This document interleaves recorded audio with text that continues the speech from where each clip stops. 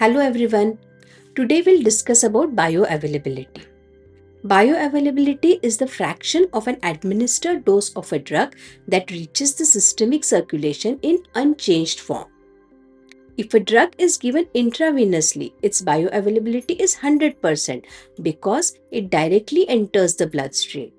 For oral or other routes, bioavailability is usually less due to incomplete absorption and first pass metabolism in the liver. Factors affecting bioavailability are: first, drug formulations like tablets, capsules, or solutions affect bioavailability. For example, liquid preparations are absorbed faster than oral tablets. Second, first pass metabolism, that is, metabolism in the liver or gut wall before reaching the systemic circulation affects bioavailability.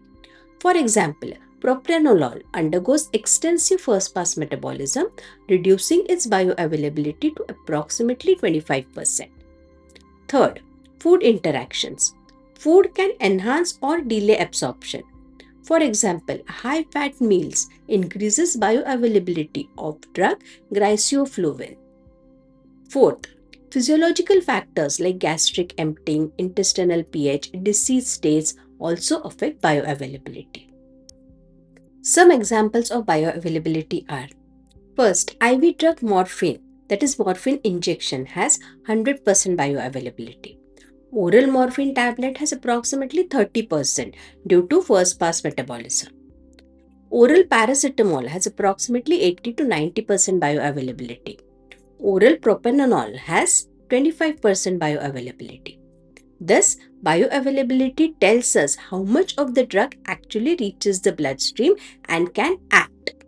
IV drugs is always 100%, while oral drugs vary due to absorption and liver metabolism. Now, let's see what are the methods to measure bioavailability. Bioavailability is determined by studying plasma drug concentration or urinary drug excretion after administration. Let's understand plasma concentration time curve method. This is the most common method used. Firstly, a drug is given orally and we measure plasma drug concentration at different time intervals. Now, the same drug is given intravenously and we measure plasma drug concentration at different time intervals. A graph is plotted: plasma drug concentration versus time. From this graph, two important parameters are calculated. First, Cmax, that is maximum plasma concentration. It indicates rate of absorption.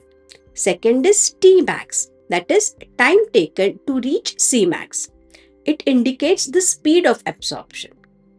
Third is AUC, that is area under curve, total drug exposure over time. This indicates in the extent of absorption. Now, bioavailability formula is AUC oral divided by AUC IV multiplied by dose IV divided by dose oral into 100. Here AUC oral is area under curve after oral administration. AUC IV is the area under curve after IV administration.